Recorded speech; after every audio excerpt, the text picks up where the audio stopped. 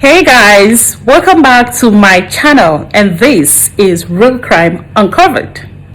There is a saying that only a woman knows truly who the father of her child is. To many, that was just like one of the many sayings in Africa or in Nigeria that people use, and it has become more like a cliche.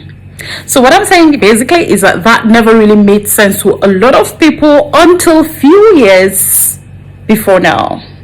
Many of you may not be aware, but sometimes in 2012, there was a report that was released by Durex, and the statistic revealed that Nigeria has the highest number of unfaithful women in the world.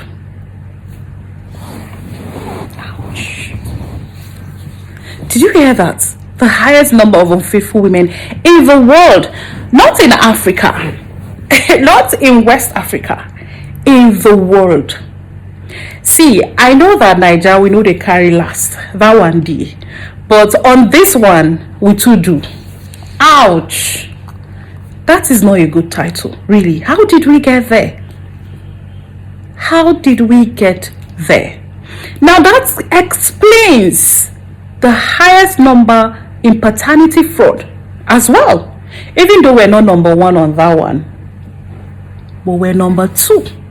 So the data revealed in 2021. In fact, that data was first compiled and released in I think May 2019 by Vanguard newspaper, and it revealed that 3 out of every 10 fathers are not actually biological fathers of their children. Paternity fraud is on the rise in Nigeria, and it is scary. While many would want to argue that children could be swapped in the hospital, that is valid, many may also want to argue other factors which may be valid. But the most of all remains infidelity of married women. Are you aware that married women are now considered safer to date by single men and by other married men?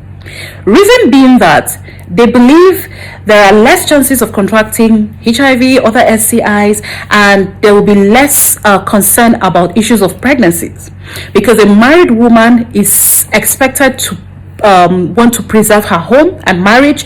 Therefore, she would not want to get into any messy fight about getting pregnant. For a single guy out there, she would rather nicodemously deliver that child for her husband, who is completely unsuspecting of her kurukere movements. It is troubling. So this explains further the rise in paternity fraud. Married women are considered safer to cheat with by single men out there and other married men. So what I'm saying in essence is that some married women are actually the side chicks that you are looking for. That side chick is not necessarily a single girl out there. She may just be your next door neighbor who is married. Look, I know this is not funny, but these are very dirty and messy scenarios, but they are happening live with us. We see them on a daily. Our society has degenerated to that low level, and it is appalling, it is disturbing, it is troubling. So basically today I'm discussing paternity fraud. Paternity fraud has become a pandemic, if you like, in Nigeria precisely. I understand it's a problem around the world, but I'm going to focus on Nigeria today. It has become a serious problem in Nigeria, paternity fraud. So many people, men, are discovering daily that they are not the biological fathers of the children that they had raised, they had nurtured, they had invested in financially, emotionally, physically, and otherwise. It is so heartbreaking to wake up one morning after investing so much in a child and discovering that that child isn't your biological child. Before I even delve into addressing the fidelity or otherwise of women caught up in such mess, let's quickly look at reasons why women end up giving other men children fathered biologically by other men completely. So there are enormous reasons as to why some women go so deep to the extent of getting pregnant for other men and giving those children to their husbands to father as theirs without, in most cases, their knowledge. Yes, I said in most cases because there are few cases where the men knew from the onset that the children they are fathering are not biologically theirs, for some reasons that we will be discussing in this episode. So in Nigeria, a lot of families, a lot of cultures are so obsessed about carrying on with their family names. You hear families saying things like, oh, we do not want our family name to die. We want our family name to keep growing, to carry on. They want the family tree to keep growing and multiplying, spreading, and expanding. They would do everything, I mean everything, to ensure that the family name is kept, sustained, and preserved.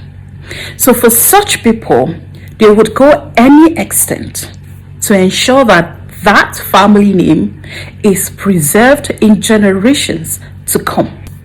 So that quest and desire has led women who are married to male children from such families to go the extra mile in ensuring that they provide or produce heirs for their husbands so that their family names will be preserved. Now, when you have a couple who is married and for some reasons the wife is unable to conceive, people focus more on the wife.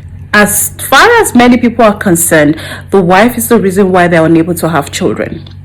Nobody cares to know the health status of the husband. Nobody cares to know if everything is okay with the husband. Everybody just keeps hammering on the wife, how she needs to give birth. It's even worse in some cases. Even when the woman has given birth but female children, they want specifically male children, and that is for the sole purpose of carrying on with the family name, the family lineage, the family tree. Now, for a woman caught up in such situation, it takes a few that have the fear of God, I would say, that would withstand the pressure and wait for the ideal time if God has destined them to have male children, or to just wait for destiny to unfold itself. Many under such situation will resort to self-help, and that includes sleeping with other men in trial to see if they will ever conceive at all, and if they do conceive, they want to still ensure that they bring forth a male child. It's actually a very messy situation. Apart from the pressure that comes from families trying to preserve their family names and all of those, there are cases of women who are just promiscuous. Yeah, it is what it is, and I'm just going to call it what it is. There are women who are just promiscuous, and it's not because they are being pressured by any culture or tradition. It's not because they are being pressured by society. It's not because anyone or anything is pressuring them. They have just decided that they prefer the other man to their husband, and for that reason they're going to keep engaging in the, you know what I mean, and they would transfer the outcome of those affairs to their husbands. After all, the children are born in wedlock. And frankly, few people get to suspect such situation, because how do you just start raising accusing fingers at a married woman who has given birth for her husband, especially if you have not caught her red-handed with another man? It's a difficult situation. Even if you suspect, if you do not have sufficient proof, you will just keep your suspicion to yourself, as even when you say it, nobody may believe you. The husband may not even believe you. So many people have questioned why paternity fraud is on the high side in Nigeria, because there's a statistic currently rating Nigeria as the second highest country with paternity fraud in the world. Now that comes after Jamaica. Many people don't believe in this statistic, but that is data. Many people feel that may have been exaggerated, but what if it was even underreported? So actually, there is a probability that it may have been exaggerated, or it may have been undercaptured. Those possibilities are there. In the meantime, we are working with 30%. 3 out of every 10 fathers are not biological fathers of their children. It is that high, and it is worrisome, it is troubling. In fact, it is sickening. Like, how did we get here? So many people are wondering, so many have asked, why is paternity fraud so high in Nigeria? One of the obvious reasons why paternity fraud is so high in Nigeria is simply because DNA test is expensive. It's not something anybody could just walk in and pay for to do, because it's not as cheap. I think the list is 80,000 naira as of today, if I'm not mistaken.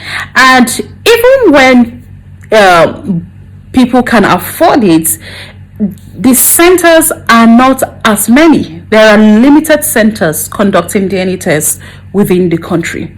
So that is also another factor that have made it so convenient for so many women to do as they wish. Unfortunately, I am talking about the cases where it's been established that the women were unfaithful to their husband. There were cases of infidelity. So a common woman, or an average woman rather, who knows that the husband may not have money to conduct a DNA test, she's likely to go ahead and bring in pregnancy from another man and dump it on her husband. After all, the man may never be able to pay for a DNA test. We've seen cases where men discovered they didn't father any of their children. One of those cases is the case of Christopher Johnson, where 4 of the boys that he had trained, he had nurtured, invested in financially, emotionally, and so much more, it turned out he didn't father any.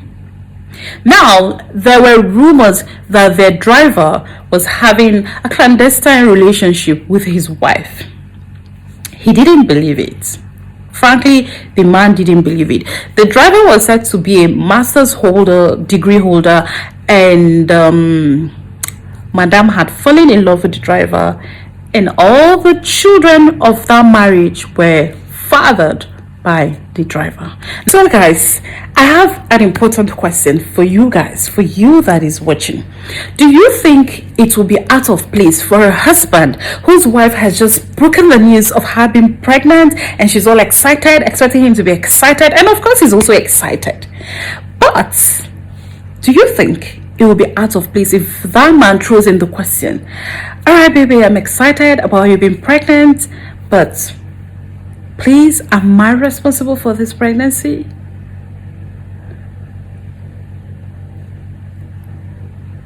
What do you say? Do you think it's okay to do that? Now, I'm asking this because of the paternity issue that went on between Nedu Wazobia FM and his ex-wife Hazel Uzo. If you remember, when that news broke, when Nedu released receipts that their first son was not biologically his, that Hazel Uzo dumped that child on him as his or deceived him to father that child as his, but he discovered that he wasn't the father. Hazel Uzo, in response, came out boldly, unashamedly to say, I never told you the child was yours. You assumed he was yours. Come on, guys. How does a wife tell her husband that he assumed the pregnancy she was carrying in wedlock was his? Yes, even though she got pregnant before they got married, but they were already dating, they were already in a relationship, in a courtship. So I don't understand why she would say that. But do you think that should make men adjust or to open their eyes a bit more? Do you think that should help men to ask some tough questions when it comes to their wives getting pregnant, even though in wedlock? I would love to know your thoughts concerning this. Please, no insults. We just use Nedu Wazobia as a case study, but you don't have to insult him or the wife in the comment section. Just make your point straight and clear. So the issue of paternity fraud has left people on two divided sides. Some people are of the opinion that DNA testing should be mandated in all hospitals. For every birth, there should be a mandatory DNA testing at the point of birth to ascertain the biological father of the child. Another group is saying there is absolutely no need for mandatory DNA testing. It should be left to the discretion of people who choose to carry out such tests. Now, many people have asked me for my personal views on this, and sincerely, this is my thought and this is my stance.